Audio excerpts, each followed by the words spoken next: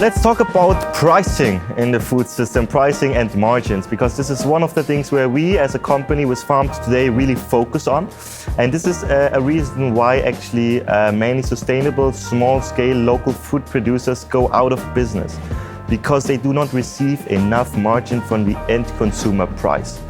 We did a lot of research, and I personally, during the setup, while I founded Farmed Today, I actually also worked at another company that is specifically focused on creating a system and finding out the true pricing that a food product would need to have in order to be sustainable.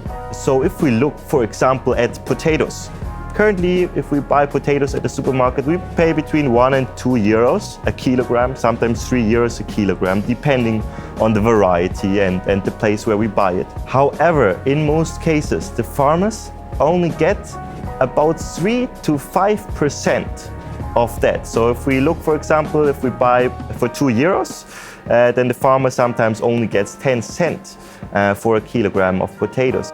We realized that with only a small change on the front, there can be a large difference in the back of the food system. So if we, for example, raise the prices for consumers just by 10 cents for a kilo, and those 10 cents get passed along within the supply chain to the producer can earn double than what he previously earned, and he can afford a living again. And this is what's really important. It's very difficult for us consumers because we are also fueled by price wars from large discounters who make everything cheaper and cheaper. And of course, then when you're, as a consumer, when you have the choice, then very often we decide for the cheaper alternative. But unfortunately, this is not always the best alternative for our food system. And this is where we really want to make a change by not only educating our customers and consumers and communities about how much pricing actually gets passed along, but also by reshuffling and redistributing the margins. So to make sure that the people who produce the food can afford the same type of living than the people who eat the food.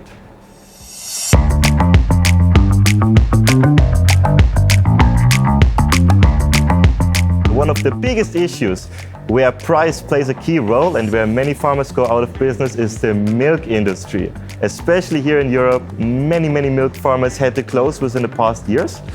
And we all often, or most of us often, buy milk in the supermarket, and we all know how much it costs to buy a liter of milk. But do you know, and this is where I challenge you, how much should it cost in order to be sustainable?